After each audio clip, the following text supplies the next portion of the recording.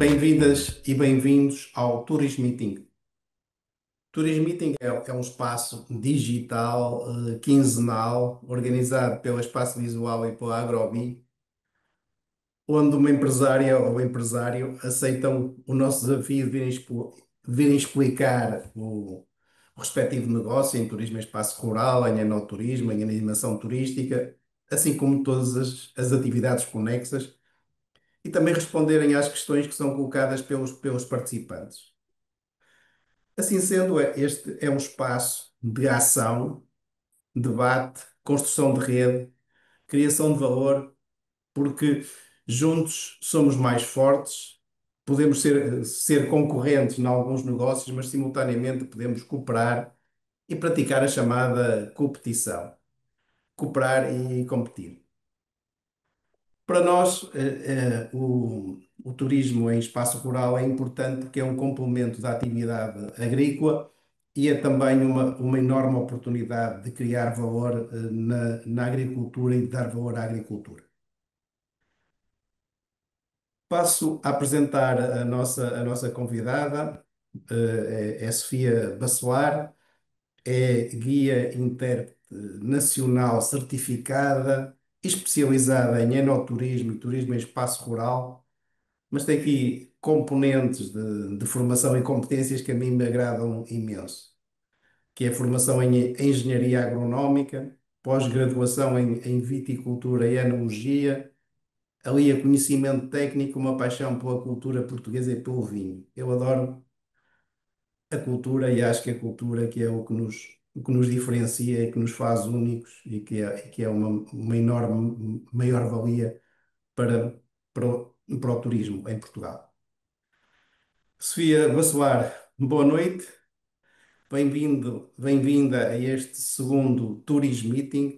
Obrigado por ter aceitado o nosso convite. É um enorme gosto tê-la neste evento para partilhar o seu trabalho, as suas experiências e percebermos como é que se podem diferenciar e criar valores, propostas autênticas, inovadoras, memoráveis e de valor acrescentado. Tenho, tenho a palavra, é mesmo um enorme gosto tê-la cá. Mais uma Muito vez, uma boa bem, noite. muito obrigada. O gosto é todo meu e desde já a honra de poder ter esta oportunidade de partilhar um bocadinho o que tenho vindo a aprender e que estou sempre a aprender e eventualmente poder também divulgar o que tenho feito do ponto de vista profissional, que é exatamente ao guiar os meus clientes, os meus turistas, quer a nível mais privado, um casal, uma família, quer a nível de grupos, perceber que o nosso enoturismo tem já um caminho feito muito bom, que é referência também para outros países, nomeadamente para a nossa vizinha Espanha, mas que também tem as suas fragilidades e as suas oportunidades de crescimento. E é exatamente por isso que, quando me desafiou, o Engenheiro Martini, e desde já volto a referir, senti que era uma oportunidade de partilhar estas ideias. E neste momento estamos realmente a sentir no setor do vinho que os consumos estão a baixar em termos mundiais, e tem sido o enoturismo que para muitas casas, principalmente as pequeninas, mas também nas médias, consegue alavancar ali algum volume de negócio que no final do ano vai balancear as contas.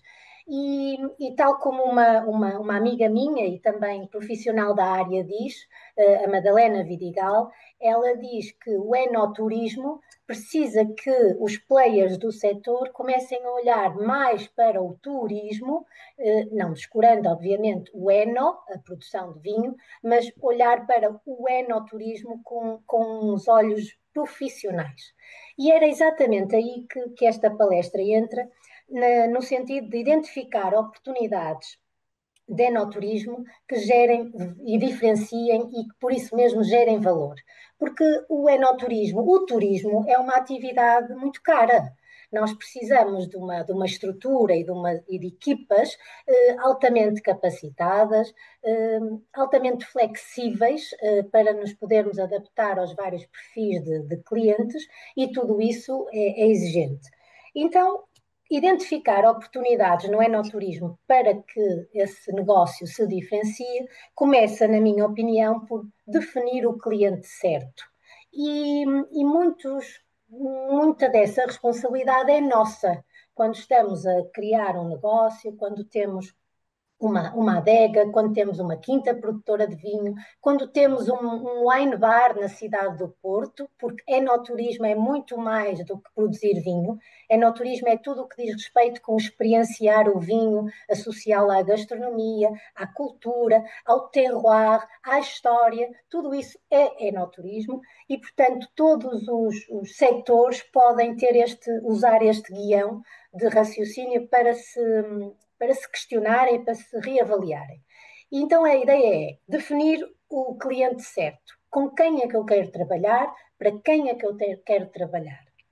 E isso vai nos posicionar logo. Eu quero trabalhar com um cliente que tem um ticket médio elevado, ou quero trabalhar com um cliente que vem num tour organizado, com várias pessoas, e que tem ali um budget limitado. Isso tudo faz sentido. Atenção, Portugal é um país que, pela sua diversidade, tem uma panóplia de opções e todas elas fazem sentido. Eu trabalho mais o segmento premium porque julgo que é aí que temos maiores margens e que se diferencia mais. Portanto, é isso que me interessa e peço desculpa pela expressão, mas temos que ser muito práticos. O esforço que eu empenho para um grupo low budget é o mesmo que um high-end. Portanto, vamos trabalhar um segmento Claro. mais interessante. Portanto, começar por esse cliente certo, só que esse cliente é exigente. Portanto, eu se estou a posicionar num segmento alto, eu também tenho que ter, e este é o segundo ponto, tenho que ter uma identidade única. A minha casa, a minha quinta, o meu alojamento local, onde eu faço as provas de vinho, tem que ter uma identidade única. E isto cabe aos empresários, e também podemos falar aqui para as pessoas que estão com vontade de aproveitar uma ruína que ficou da herança dos pais, que estão com vontade de mudar de vida, porque as grandes cidades começam a saturar, começam a tirar-nos qualidade de vida. Portanto, temos muito esse tipo de vontade de mudar de vida, de investir no mundo rural. Portanto, pensar o que é que tem de único, o que é que tem de identitário que pode ser trabalhado. Depois, pensar que trabalhar enoturismo não é apenas um bem material, é muito mais do que isso, é o incorpóreo, é as histórias, é as emoções. Ainda hoje, e vou partilhando assim algumas histórias, hoje ligou-me um operador turístico e disse assim: Olá, Sofia, lembra-se de mim? Lembra-se de mim? E eu, claro que me lembro. Então não se lembra quando nós fomos almoçar e se esqueceu de não sei o quê e depois foi atrás e voltou e o grupo estava a chegar.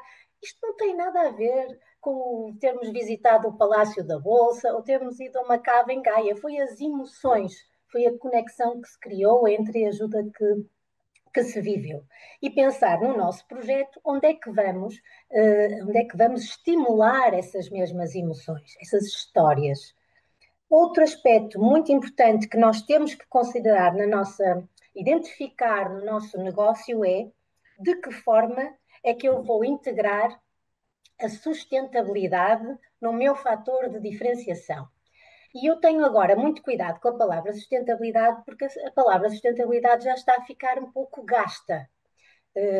E o pouco gasto da sustentabilidade, no meu entender, é bom. É bom desde que a sustentabilidade passe a ser um dado adquirido. Não é Certo. esquecida, não é arrumada. Sustentabilidade é um ponto de partida. Ou melhor, A palavra é esta, é um dado adquirido, ponto. E quando vamos falar em enoturismo, Portugal ainda tinha muitos, nossos produtores de vinho ainda tinham muito aquele conceito que a garrafa do vinho bom, do vinho premium, do vinho do ultra, super reserva, tinha que ser uma garrafa de vidro mais pesada, mais bujuda, mais. Não era muito essa moda. Neste Mesmo. momento, quanto menos vidro, melhor. Quanto mais leve, melhor. Tudo isso é sustentabilidade. Tudo isso é pegada ecológica que se quer reduzir ao máximo. Portanto, no nosso mindset, a palavra sustentabilidade tem que estar lá e no caso do turismo e do enoturismo premium, ela tem e deve ser comunicada. Nós temos neste momento um segmento de luxo que paga, paga para fazer parte de um turismo responsável. Eu queria mesmo destacar isto porque é muito importante comunicar a sustentabilidade como fator de diferenciação. Eu, se tiver um meu alojamento ou a minha adega em que eu consigo dizer que eu tenho quilómetro zero no que respeita aos serviços a que recorro, e estou a falar de fornecedores, estou a falar de distribuidores, estou a falar de resíduos que eu crio. Isso é altamente diferenciador para o segmento premium. Outro aspecto que temos que considerar no nosso diagnóstico é quais são as tendências internacionais. Olhar para fora. Nós temos que olhar para fora. Nós temos que sair do nosso meio e ir ver o que é que se faz em Espanha, o que é que se faz em França. São mercados já muito mais maduros e, portanto, têm algo a ensinar-nos. Eu dizia que Portugal é exemplo para muitos países também de enoturismo, mas não é linear, portanto, também temos muito a aprender. Portanto, olhar para as tendências internacionais. E o que são as tendências internacionais? São efetivamente a sustentabilidade, são o wellness, portanto, o bem-estar e, o luxo responsável. Isso é muito forte. É também importante fazer o benchmarking, fazer as parcerias. Eu não preciso de ter tudo na minha casa para ser para ter uma boa experiência, para proporcionar uma boa experiência a quem me visita. Eu vou dar aqui alguns exemplos que conheço bem.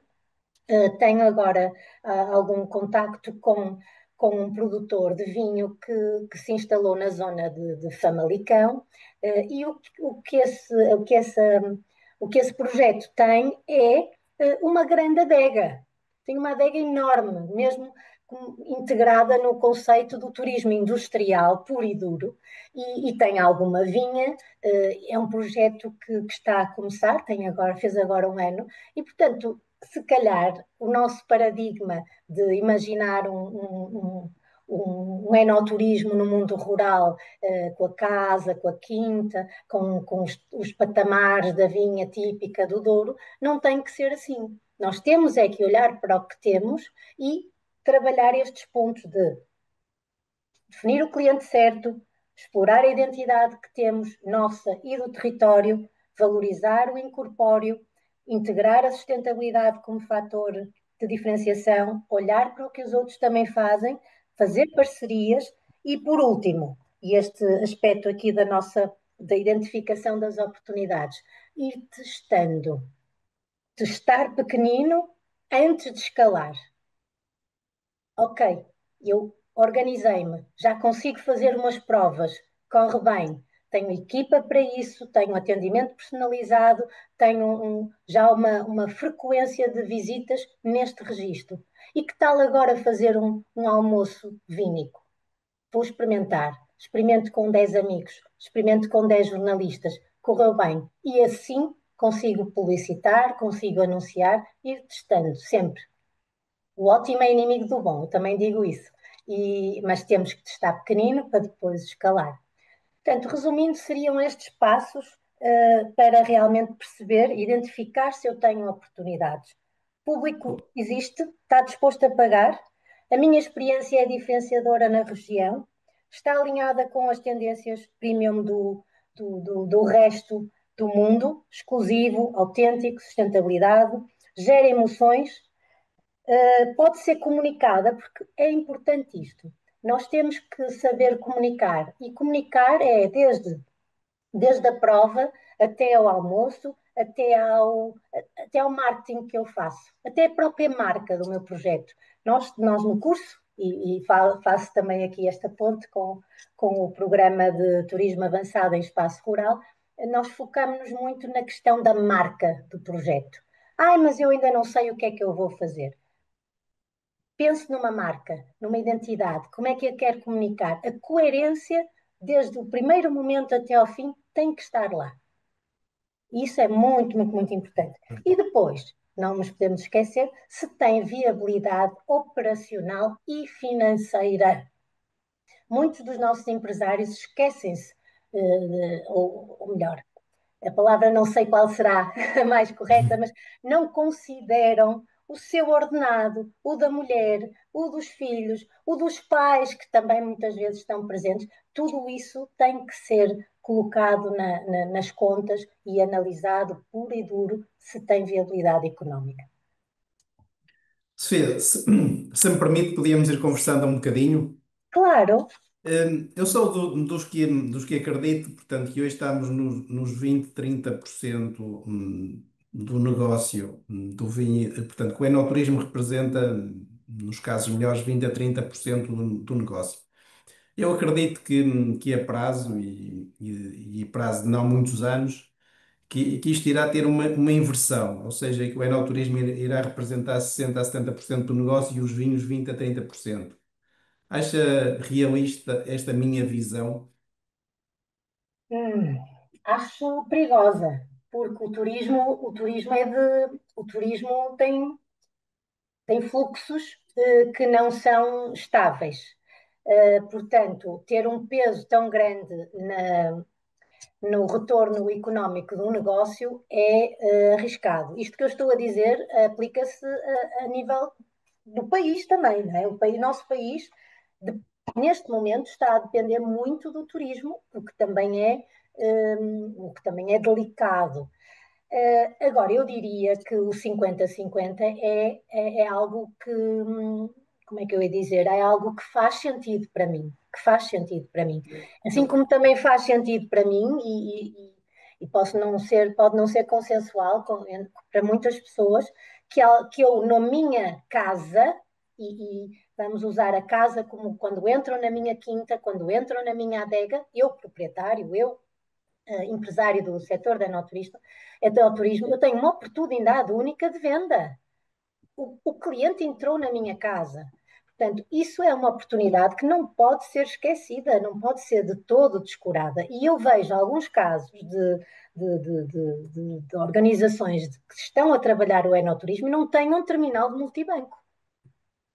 Sim, claro. Não Isso, pode. isso é Eu básico. tenho, eu tenho, tenho experiência de entrar com grupos e tenho horários limitados, porque lá está, quando trabalhamos com um universo de um turismo já mais massificado, toda a experiência está cronometrada, porque as várias peças do programa têm que existir em determinados momentos de tempo. E já tive situações em que o cliente está com vontade de comprar, está disposto a comprar, e a linha de caixa não tem staff suficiente para que eu consiga dar resposta àquelas 10, 20 pessoas que querem comprar, mas por outro lado, o guia tem uma responsabilidade de as pôr no autocarro e de chegar ao destino na hora contratada. O que é que um guia nestas situações faz? Porque o que é que faz? Muitas vezes, não é o meu caso, porque eu sou muito focada na questão da venda e acho que Sim, precisa, mas há muitos guias que omitem a passagem na loja, porque só lhes vai dar desafios que não controlam nem podem ultrapassar. Portanto, isto aqui, eu vou falar aqui do papel do guia, que também sinto que muitas vezes não é de todo valorizado. O guia que acompanha um grupo, que acompanha um cliente, uns clientes individuais, que, por exemplo, fizeram um dia de Douro, o guia sabe que eles já visitaram a Quinta A e que de tarde vão visitar a Quinta B e que vão almoçar no local C. E muitas vezes chegamos a uma quinta, nem sequer nos perguntam o que é que já fizeram e o que é que vão fazer. Então desbobinam a cassete sem enquadrar, sem ajustar. Isto não é um turismo diferenciado, não Sim, é. sim. Portanto, perguntar ao guia: olha, o que é que já fizeram? O que é que vão fazer? Quanto tempo tem? Posso levar o grupo à loja?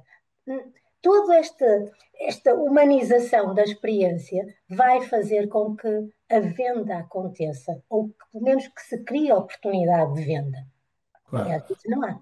Né? Não, eu há um bocado falei de subir, de subir o volume de negócios do enoturismo face ao volume total, porque na minha perspectiva pronto, e a minha especialidade e das equipas da Espaço Visual e da Ruris, o que nós trabalhamos muito são os números da agricultura, do turismo, no fundo, de todas estas atividades.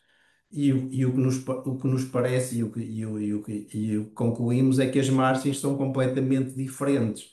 Agora, há aqui também toda uma estratégia coletiva que tem que ser acautelada, não é? Isto é, além desta questão individual da experiência em determinado operador, é como é que nós conseguimos, no fundo, chegar ao segmento dos clientes de valor acrescentado. Porque, repare, nós quando olhamos para os números do país, o país movimenta e o turismo tem um peso muito grande na economia nacional, mas o valor acrescentado bruto é relativamente baixo, ou seja, o turismo vive à conta de salários baixos, de encargos atribuídos no caso do enoturismo e de outras áreas ligadas à agricultura, em que não são pagos os salários da família. Como é que a Sofia vê estas coisas? Como é que equaciona nas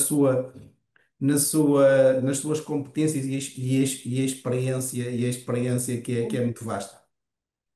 Portanto, estou a ver se eu percebi bem a pergunta. De que forma é que o turismo pode contribuir para que se atraia o cliente disposto a pagar mais e isso resulta em melhores salários e melhor saúde financeira de toda a organização? Percebi bem?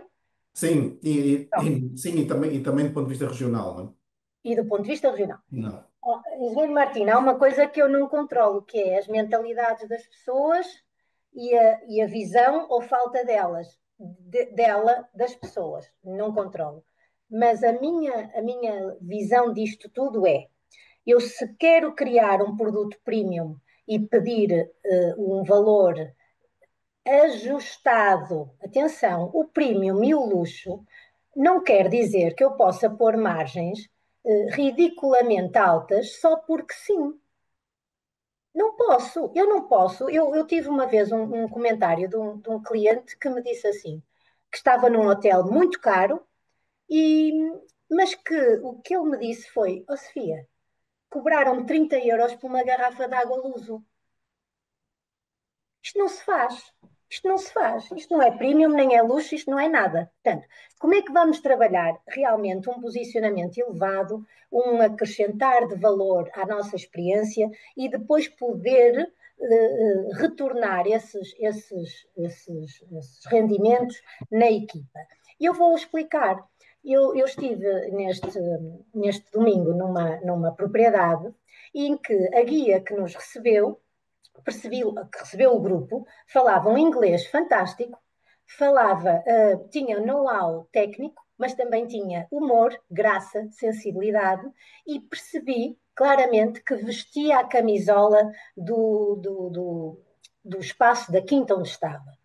E depois perguntei, mas trabalha aqui? É da família? Está a ver? Isto é muito nosso. É Sim, da família. Não, não, eu sou dali, sou da colá, já estive assim, já estive assado.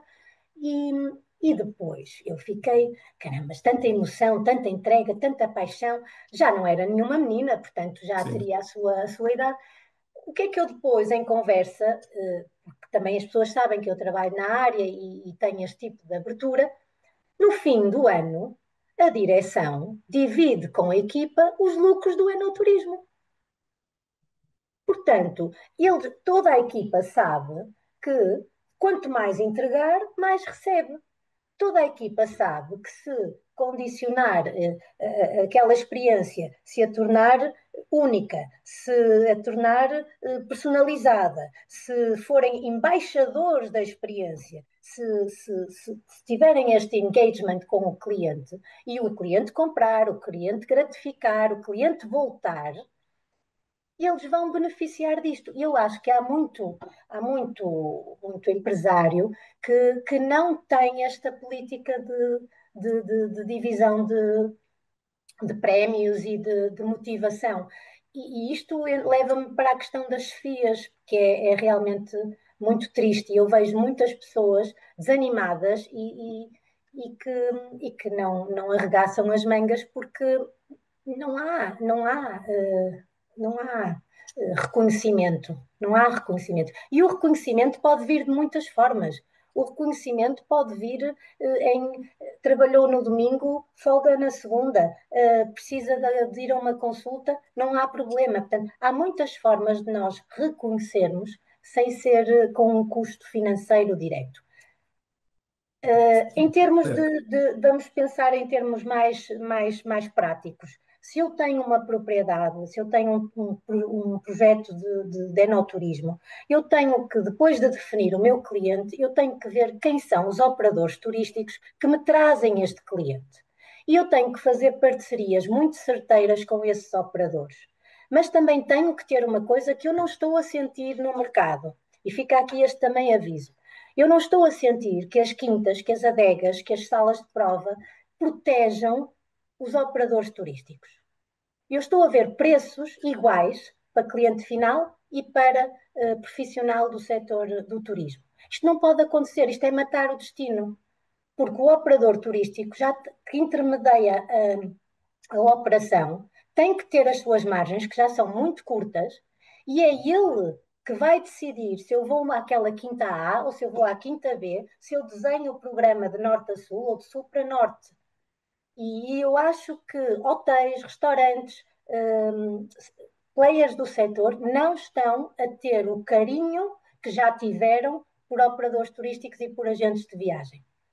Isso Isto é, chama-se organização comercial, não é? E pois, profissionalismo, que é cada cliente, não é? Cada tipologia de cliente tem que ter o valor acrescentado e não se pode confundir sob pena de quem presta o serviço, portanto, não privilegiar esses estabelecimentos, não é?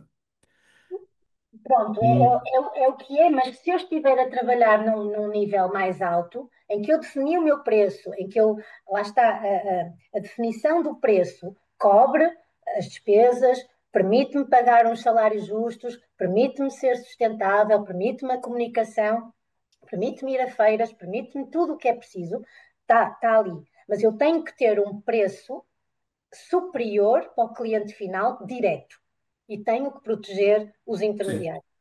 sim, sim. E eu também falo de como Isso, isso, intermediária. isso é claro, não é? Na prática, não estamos a sentir isso.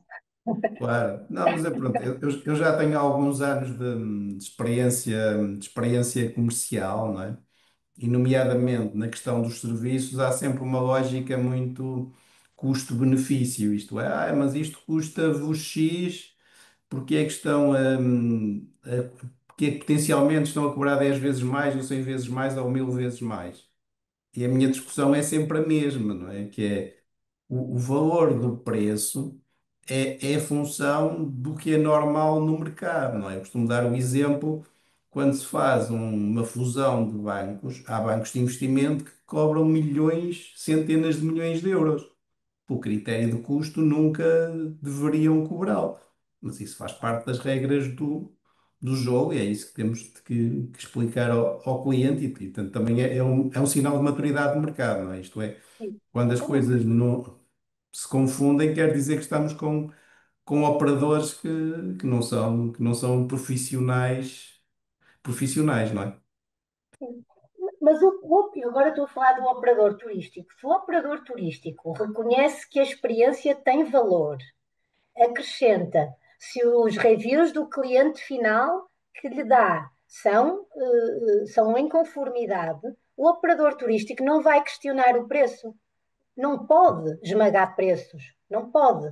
Agora, Sim, essa relação cria-se com o tempo.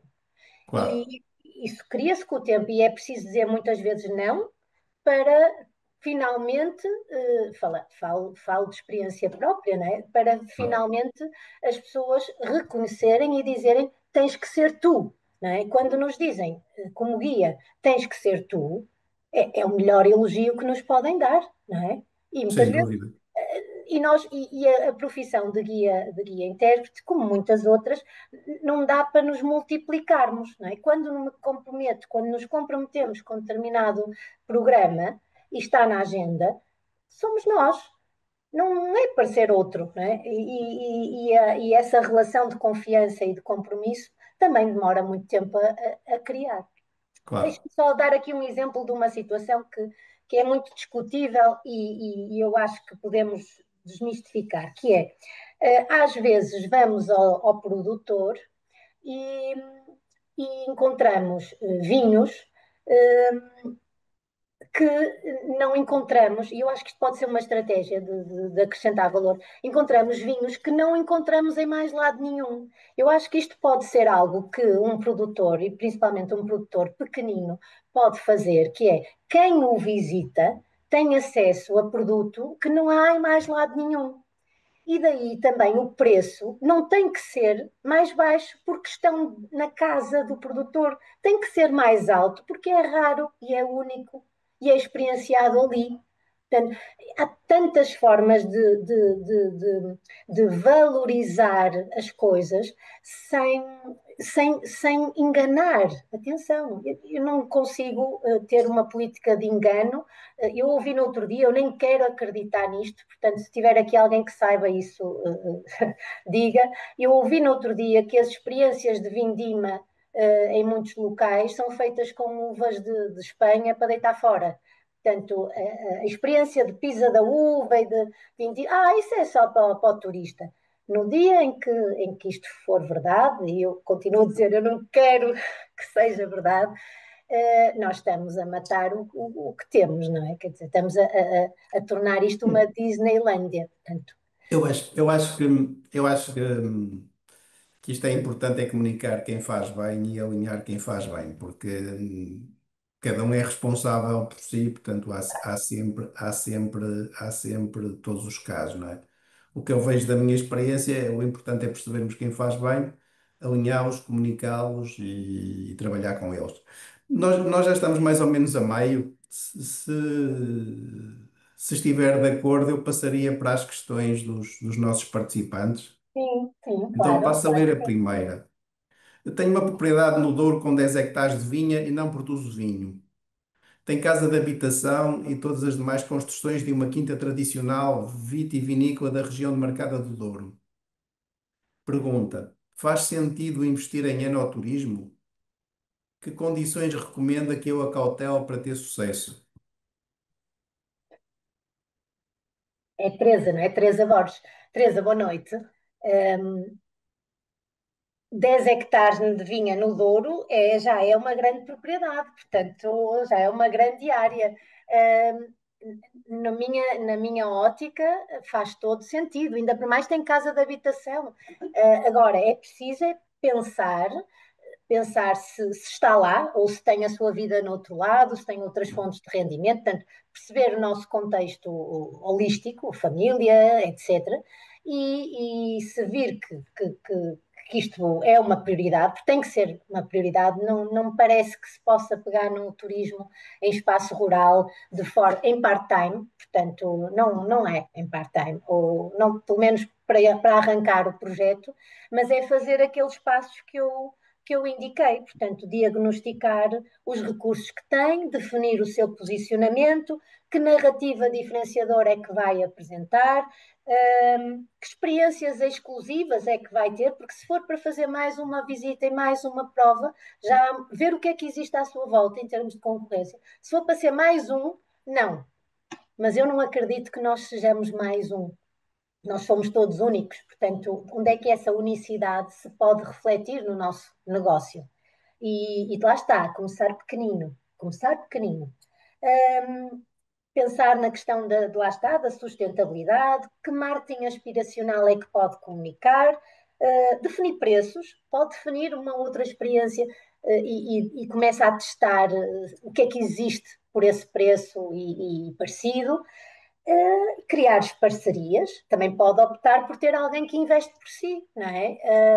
Há aqui muitas opções e a minha resposta é sim, não é? Se eu tivesse, se calhar gostava de experimentar, mas não é uma coisa para experimentar, é para pensar muito bem. É para Claro. pensar muito bem, muito bem. E às vezes a melhor decisão é não fazer nada, mas, mas claro que dedicar-me a pensar muito bem sobre isto. Ver qual é a zona, etc. Depende da zona. O que é que esta ação de formação que foi há bocadinho poderia ajudar uma pessoa como a Teresa? Ai, era o abanão que a Teresa precisa. Peço desculpa pela expressão, mas era realmente um exercício de pensar, de começar a ler a paisagem, de começar a fazer todo o estudo de viabilidade económica, pensar no plano de negócios, pensar na identidade da marca, ter à disposição uma série de formadores que cada um com a sua, com a sua valência formam, formam o conjunto das áreas que é preciso para decidir avançar num projeto destes. Portanto, para mim, e de uma forma muito expedita e leve, distribuída no tempo, acho que é um exercício a fazer. Ver os fundos de investimento que existem neste momento, perceber que tipo de apoios é que podem ser elegíveis para o projeto em causa, faz muito sentido. Ok, obrigado. Passamos à próxima questão. Qual a rota turística de excelência que recomenda para se ter uma experiência fantástica no enoturismo? Olha, esta questão das rotas é uma questão muito delicada. É um trabalho fantástico que tem vindo a ser feito pelo Turismo de Portugal, pelo Turismo de Porto e Norte, pela CCDRN. Portanto, há aqui realmente imensos players do setor a contribuir para o desenho, para a implementação e para a promoção de rotas. O que eu sinto é que ainda não se trabalha um storytelling conjunto e o cliente fica perdido no meio das rotas. Ou porque a dificuldade de ir do ponto A para o ponto B é grande, porque não se sabe com quem falar, chega-se lá e não está ninguém. Portanto, há aqui um trabalho que tem que ser feito, na minha opinião, entre quem desenhou estas rotas, quem faz parte das várias rotas e as agências de viagem e os operadores turísticos. No caso dos vinhos, nós temos as rotas dos vinhos do Alentejo, as rotas dos vinhos verdes, existem muitas rotas, mas é confuso. Portanto, é o Pedro, não é? Pedro, a rota Sim. turística de excelência fantástica de enoturismo. Há muitas, porque o enoturismo no Douro vai ser experienciado de forma diferente do enoturismo do Alentejo. Todos eles têm as suas pequeninas rotas. Eu sugeria fazer por regiões vitícolas. Nós temos 14. Comece no norte e faz os vinhos verdes, faz Trás-os-Montes, faz Douro, faz Tévora Varosa, e depois vai fazer Dão, Bairrada, depois vai para o Alentejo. Faria assim, faria assim. Se Ok, precisar, ok. eu desenho-lhe uma rota de norte a sul e experimenta e dá-me o seu feedback, que também é muito bom podermos, e uma das formas de monitorizar. Faz isso regularmente, Sofia. Desenhar rotas Eu para faço tudo clientes. por medida, eu não Ah, tenho ok, nada por catálogo, é ok. tudo por medida. É, é interessante. Um dia destes vou testar os seus serviços. Faço tudo por medida. E o trabalho de o tailor-made já por si já é uma viagem. Depois tem que ser partir pedra, porque é aquilo que eu disse, eu faço. Eu tenho que adequar o tour ao perfil do cliente, ao budget do cliente, ao tempo que tem disponível. Outra coisa que eu vou dizer aqui, não sei se alguém da área está a me ouvir, a capacidade de resposta dos locais aos nossos pedidos faz com que uma pessoa privilegie mais uns e menos outros. Eu estou ainda à espera de respostas que enviei há quase um mês, pedidos de disponibilidade e preço, e não me mandaram. Eu já arrisquei da lista. Eu não posso esperar um mês por uma resposta de disponibilidade e preços, porque o meu cliente não espera um mês que eu lhe dê o meu orçamento. Claro. Não é? Passamos à próxima questão. No seu ponto de vista, qual pode ser a estratégia de Portugal para liderar mundialmente o enoturismo em valor acrescentado gerado? Pronto, eu vou só expor aqui um exemplo comparativo muito claro. Nós temos o Novo Mundo, por exemplo, os Estados Unidos, com a zona de Napa Valley, Califórnia, começaram a fazer enoturismo nos anos 70. E o conceito deles é fazer um enoturismo de diversão, de passar bons momentos. Quando olhamos para o velho mundo, onde Portugal está integrado, nós temos 3.000 anos de história de vinho. Portanto, a nossa atitude é uma atitude, é um enoturismo muito mais vocacionado para a partilha da história, da cultura, da evolução, do esforço que foi chegar até aqui. Portugal é um país pequenino, portanto, nós nunca vamos competir em termos de volume, mas o nosso valor acrescentado está no terroir, pela sua diversidade e pela curta distância entre as diferentes regiões vitivinícolas, está pela nossa natureza, o nosso DNA de acolher, de receber bem, da partilha e de sermos autênticos. Eu acho que no dia em que perdermos isso, nós perdemos a corrida. Mas neste momento esse é o nosso fator distintivo e é por isso que nós temos ainda, que nós estamos a ter o interesse que temos. Portanto, é isso. Liderar, nós não vamos liderar, nós vamos fazer parte do top 10. Liderar, não. Diz liderar em valor acrescentado, não é? É um desafio Também não interessante. vamos liderar em valor acrescentado, porque é que nós devemos ter um valor acrescentado superior a um vinho de Itália, ou um vinho de França, ou... Não, é a Sim, minha não, opinião.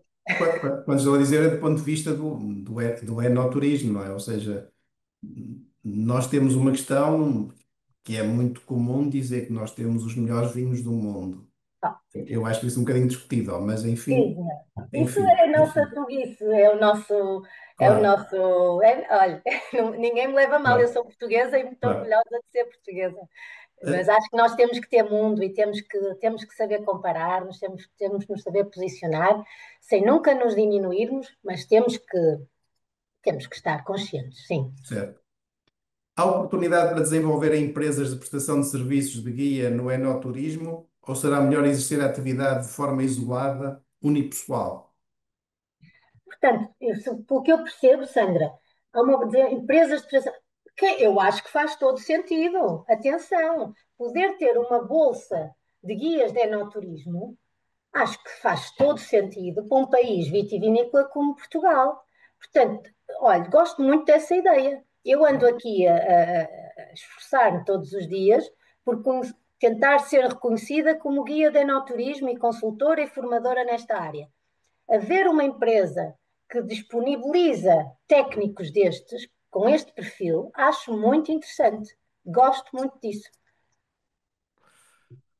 O que fazer para fortalecer a importância do guia oficial no turismo e no enoturismo? Quem é que fez esta pergunta? A Joana. Olá, Sim, Joana. O que fazer? É muita resiliência, é ações, é palestras como estas, é participação em seminários, workshops, concursos de vinhos, falar com os operadores turísticos e dizer, olha, sugiro isto, sugiro aquilo, como eu tenho feito, comunicar, a comunicação no Instagram, a comunicação no LinkedIn. Nunca foi tão fácil dar a conhecer o nosso trabalho como nos dias de hoje, com tantas redes sociais.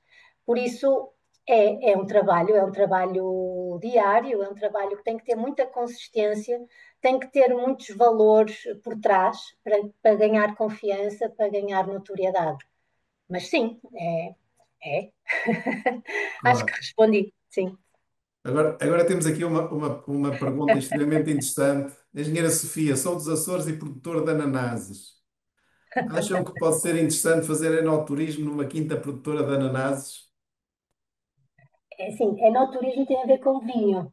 Se tiver a produção de vinho ou se tiver provas de vinho, pode considerar essas experiências de enoturismo na sua quinta produtora de ananases, certo? Agora, tente ter aquilo que falámos há bocado. Qual é a sua narrativa diferenciadora? Se a sua narrativa diferenciadora for os ananases no mundo do enoturismo, então vá por aí. Mas essa criatividade, esse descobrir do seu caminho, tem que ser o Jorge a fazer. Mas eu nunca lhe vou dizer que não. Porquê que eu hei de dizer que não? Claro. Aliás, até estou a imaginar, sabe o que é que veio logo à minha memória? É os ananases com um vinho Madeira ou com um Porto Tawny, porque para mim é um pairing fantástico. Eu, se tiver sobremesas de ananás, se tiver uma gastronomia onde eu uso o ananás e consigo fazer o pairing com alguns vinhos, e atenção, o descritor ananás, o descritor frutos tropicais, é comum a muitíssimos dos nossos vinhos. Portanto, não espero muito. Força. Ótimo. Como ligar o enoturismo aos vinhos para aumentar o seu preço de venda? Já Já fomos fomos falando, falando. não é? Eu acho que aqui que é a chave, não é? O cliente, quando nos entra pela porta, é muito mais fácil valorizá-lo, não é? Eh, Então, tenho um vinho único e prefiro ter um preço quase social no local a visitar. Qual é a vossa opinião? o que é um preço quase social? Deve ser um preço baixo. Eu nisso sou, como empresário, se puder vender mais caro, não vendo mais barato. Repare, Não é especulação, é porque nós precisamos disso para pagar as contas, para pagar os encargos reais e atribuídos e também termos capacidade para investir. Mas, Sofia, a sua opinião? um, Mário, não é? Mário, a palavra único, para mim, tem um significado raro, exclusivo, limitado, não é? Limitado no sentido que vai acabar, não há muitos. Se o seu vinho é único e é bom, não é? Tecnicamente está bem produzido, hum, se para o experienciar o visitante tem que ir ao seu local, não vejo porque retirar-lhe valor, não vejo. Antes, pelo contrário, se é único, há que comunicar essa unicidade, essa exclusividade e, e esse comunicar custa dinheiro, portanto tem que ter retorno. Sim, claro.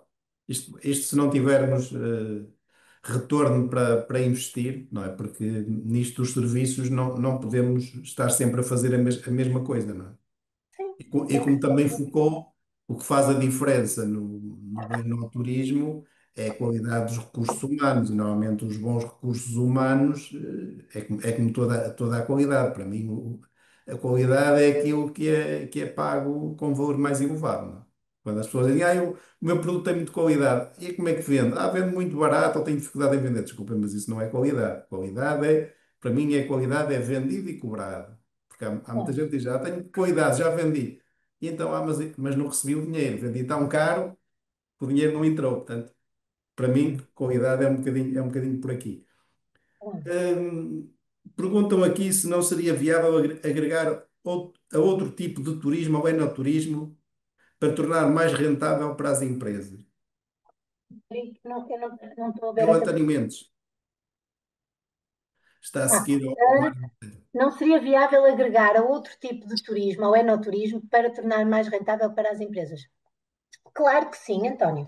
O enoturismo tem que ser integrado. O enoturismo, qualquer experiência turística, pode e deve ser integrada noutras experiências. Por exemplo, vamos voltar às rotas. Eu tenho a rota dos vinhos verdes, em que vou visitar várias quintas e posso seguir esse roteiro. Mas visitar duas quintas de manhã, visitar duas quintas à tarde é chato. é aborrecido. Ou eu sou técnica de vinhos e estou mesmo focada em perceber as características organoléticas de cada uma das casas, e eu estou a trabalhar e estou focada nisso, e são poucos os turistas, os visitantes com esse registro, ou então nós devemos criar um programa diversificado e leve. Daí que, se eu integrar uma rota de vinhos com uma rota de jardins históricos, e estou a falar disto, que é um tema também que me é muito querido. Por exemplo, o caso da Aveleda. A Aveleda combina um jardim histórico, um jardim romântico, com uma experiência de enoturismo. Torna toda a visitação muito mais agradável. Se eu for a Braga, ao Bom Jesus, ao Santuário do Bom Jesus, e vou ver uma rota do Barroco, foi agora lançada recentemente a rota do Barroco, eu depois vou almoçar a um restaurante onde vou fazer uma experiência enogastronómica com os vinhos da região e com a cozinha da região. Portanto, nós devemos, efetivamente, na nossa experiência, tal como já foi falado aqui, eh, fazer, fazer as parcerias que vão enriquecer a nossa própria experiência. Por exemplo, um enoturismo, um alojamento em espaço rural que não tenha, peço desculpa, uma quinta produtora de vinho na zona do Minho que não tenha alojamento. Não pode ficar passivamente isolada na sua visitação só da adega e provas. Tem que conseguir criar parcerias para reter as pessoas no território. Faz parcerias com alojamentos, faz parcerias com restaurantes, faz parceria com os agentes de animação turística para fazerem um hiking, um trekking ou uma experiência de artesanato, o que for. Portanto, nunca de ver de forma isolada, nunca. Porque, na minha perspectiva, não é a questão do produto, do enoturismo. O predomínio será à volta do tema, mas deverá ter, não é, animação, deverá ter cultura, deverá ter gastronomia, não é? Acho que, Muito, muito. acho que muitas vezes temos uma visão muito para o produto, isto é, se nos colocarmos no lugar do nosso cliente, não é? Se for um cliente do segmento premium, por norma, não é? Não quero ver sempre mais do mesmo, digo eu, não é? Mas eu gostava de saber a sua opinião, como é que... Porque essa é uma das dificuldades que eu vejo no nosso país, que é, nós temos muita estadia, algumas experiências de provas, mas depois parece-me que falta mais alguma coisa. Mas não quero ser negativo. Gostava de ouvir sobre isto. Falta papel do guia, porque o guia é quem une todas as peças do programa. E eu vou partilhar aqui só uma experiência que faço, que é quando visito com os meus grupos caves de vinho do Porto, eu tenho sempre no meu kit de guia, uma rolha de cortiça natural e uma rolha bar top, que é aquelas que tira e volta-se a pôr. Porquê? Porque no mundo dos vinhos do Porto, quando temos a rolha de cortiça natural inteira, normalmente são as rolhas usadas para o vinho do Porto vintage, e as rolhas bar top são as rolhas que se usam nos vinhos do Porto, que são enchidos, são colocados na garrafa, prontos, não vão à partida evoluir, melhorar no tempo na garrafa. Explicar isto aos clientes é criar, é transformá-los, é dar conhecimento prático para que possam escolher o tipo de vinho que vão querer levar, porque o cliente americano, principalmente, com quem trabalho mais, fica assustado porque ouviu dizer que o vintage tem que se beber todo num dia. Né? E depois pensa que os outros também se têm que beber todos num dia. Mas ao lhes explicar, olha, este tipo de rolha permite que abra e volte a fechar, abra e volte a fechar, tem 3 meses, 4 meses para saborear o seu vinho, esteja tranquilo, pode comprar, pode levar, tem tempo para saborear, faz com que o cliente ganhe confiança e transformou a sua percepção sobre o vinho. Muito poucos muito poucas visitas terminam com quase que com esta oferta de conhecimento e de empoderamento para o cliente.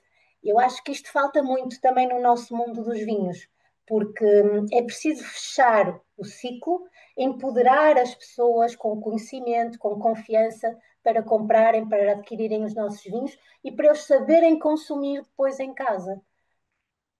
Ok, obrigado. Avançamos, que o tempo também está a ficar escasso. Como vê o posicionamento da sua região de Basto na rota dos vinhos verdes?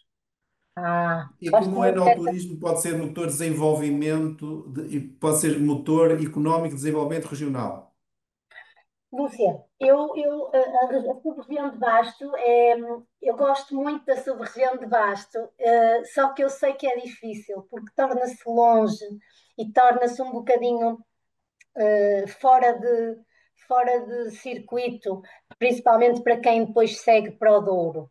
E depois é uma zona que é, que é mais sinuosa de lá chegarmos. É uma questão de tempo, Lúcia, é uma questão de tempo, porque a região dos vinhos verdes tem-se vindo a afirmar também pela diversidade que apresenta, as diferentes sub-regiões estão a ganhar importância e, portanto, a sub-região de Basto, pelas suas características também muito próprias, pelas castas que consegue fazer, é uma questão de tempo. E claro que é um motor económico de desenvolvimento regional, porque o enoturismo, se permitir criar postos de trabalho, se permitir criar interação com a comunidade local, lá está, com o artesanato, com as atividades de animação cultural, com a pegada ecológica cada vez mais curta no fornecimento de produtos que vão alimentar a prova, que vão fazer a dinâmica da experiência acontecer, vai desenvolver a região e o território. É uma questão de tempo, mas é uma questão de tempo que tem que ser orientada segundo estas guidelines que temos vindo aqui a falar. Não se pode ficar à espera que aconteça, não. Cada um dos players, cada um dos Nós, projetos tem que se afirmar por si. da nossa experiência, eu tenho uma empresa que é Ruris Desenvolvimento, que trabalhamos com câmaras municipais, comunidades intermunicipais e associações, e fazemos estruturação de rotas turísticas. E o que notamos é que falta liderança, ou seja, falta colocar os agentes do território em contacto uns com os outros para se complementarem. Porque não chega termos uma dormida, porque depois, quando analisamos, se nos colocarmos no lugar do hóspede, o que é que faz ao fim de um dia naquela região? Se não tiver experiências únicas, e muitas vezes as experiências únicas não são só exclusivamente produtos turísticos, não é? Pode ser alguém que faz um pão artesanal, alguém Uhum, que é um artesão de produtos locais não muito conhecido. Portanto, isto tem muito a ver com uma assimetria de conhecimento e colocar isto na lógica do turista, né? Até porque muita agricultura, por exemplo, o caso de Basto. O que me dizem é que há ali uma série de holandeses que estão a comprar casas porque acham que os sistemas de agricultura são uma espécie de museu vivo. A maneira como se faz agricultura artesanal é uma espécie de museu vivo que nós não valorizamos, mas que um produto turístico é capaz de ser muito interessante. Bom, não estamos aqui para me ouvir. Já agora, portanto, há aqui alguém que oferece vinhos e que tem aqui uma questão para encerrarmos. Há dois tipos de vinho. Para mim só há dois tipos de vinho. O que se gosta e o que não se gosta. Não sei se concordam. Para mim, há o que se vende e o que se cobra e o que não se vende, não é? sim, é o Mário. Eu acho que os gostos não se discutem, não é? Como se costuma dizer. O que eu partilho em relação aos vinhos e em relação aos vinhos portugueses da atualidade é que quase que se pode dizer, e atrevo-me a dizer, que já não há maus vinhos. Portanto, nós, desde que realmente entramos na Comunidade Económica Europeia, o acesso à tecnologia, à informação, à investigação, temos enólogos fantásticos, portanto, temos condições em adegas já muito melhoradas, portanto, quem tem uma marca, quem tem um rótulo, à partida produz vinho de qualidade ou com qualidade. Se gosta ou não, isso já é outra questão. Portanto, o que nós temos realmente é que trabalhar a venda. Acho que há aqui uma dificuldade imensa em comunicar os vinhos portugueses e em comunicar as nossas castas. Como o engenheiro Martim dizia, é preciso as forças organizarem-se, orientarem-se. Já muito tem sido feito, atenção, muito trabalho feito e bem feito. É um caminho que é um work in progress, temos que ir trilhando, sim, sim, com muita resiliência. Eu acho que é mesmo essencial não desistir quando achamos que ninguém nos procura, ninguém nos valoriza, não mexer no preço, atenção, não mexer no preço, não baixar preço. Eu posso oferecer 2 garrafas, mas eu não baixo o preço, está bem? Ok, fica a excelente dica da experiência. Sofia Bacelar, o nosso tempo esgotou-se. Normalmente, quando chegamos a este ponto, eu peço à nossa convidada um, um- conclusões, porque nós devemos reter para a memória futura entre a sua apresentação e as perguntas colocadas pelos nossos participantes, o que é que devemos reter portanto, que esta é a mais-valia destes Tourism Meetings, que é serem experiências também únicas, transmitidas pelos nossos convidados, pela experiência que têm, pelas competências e pelas opiniões. Muito bem. Eu vou lançar aqui o desafio, ainda nestes minutos que faltam, que quem participou, que deixe o seu feedback. Portanto, gostava muito de perceber se foi útil, se respondemos às perguntas que nos colocaram, se acrescentámos valor ao tempo que investiram aqui hoje connosco, esta hora que passou a voar. Em relação ao que foi dito, fica a afirmação de que o enoturismo é muito importante para Portugal. Portugal tem o perfil certo para ser uma referência no enoturismo mundial. Não é líder, mas é uma referência do top 10 de enoturismo no mundo, pela sua especificidade, pela sua história, pela sua autenticidade, pela sua diversidade. Temos profissionais muito bons, temos um território, os diferentes terroirs fantásticos. Agora, precisamos de investir mais na capacitação das pessoas, é preciso efetivamente dominar línguas, é preciso vestir a camisola das empresas, é preciso acrescentar valor, é preciso subir salários, é preciso fixar as pessoas no território, nestes territórios. Sem agricultura não há vinho, vamos pensar nisso. Sem agricultura não há paisagem, nós não podemos ser um país de eucaliptos queimados, não é? Por isso é isto que fica. O enoturismo é a nossa praia, vamos falar assim. Agora temos que ser profissionais do enoturismo. E é empresas como a do engenheiro José Martino, é formações de turismo em espaço rural que nos vão saber ler a paisagem, saber ler os recursos e perceber onde é que faz sentido o nosso projeto aparecer. Em conclusão, profissionais como a Sofia Bacelar ligam conhecimento, cultura, história sobretudo, uma coisa que para mim faz toda a diferença, que é paixão e querer fazer bem e muito bem. E no fim do dia, na minha opinião, o mais importante é querer ganhar dinheiro. É, no fundo, conseguir que a nossa atividade, o nosso serviço, que muitas vezes olham para nós e dizem, ok, mas é alguém que só nos leva daqui a ali, só conversa connosco, só não sei quê, isso não tem valor, não, aí é que está todo o valor, porque é um conhecimento do pormenor, da pequena experiência. Eu acho que Portugal tem uma enorme maior valia, que é a sua gastronomia, os seus produtos endógenos e a cultura portuguesa. Nós, na minha perspectiva, temos muita dificuldade em valorizar aquilo que é nosso, aquilo que nós fazemos nos sistemas de agricultura, o que nós somos como povo, e isso faz toda a diferença porque é isso que o turista paga. Sofia Bacelar, muito obrigado. Foi um enorme gosto. Atingimos aqui os nossos objetivos.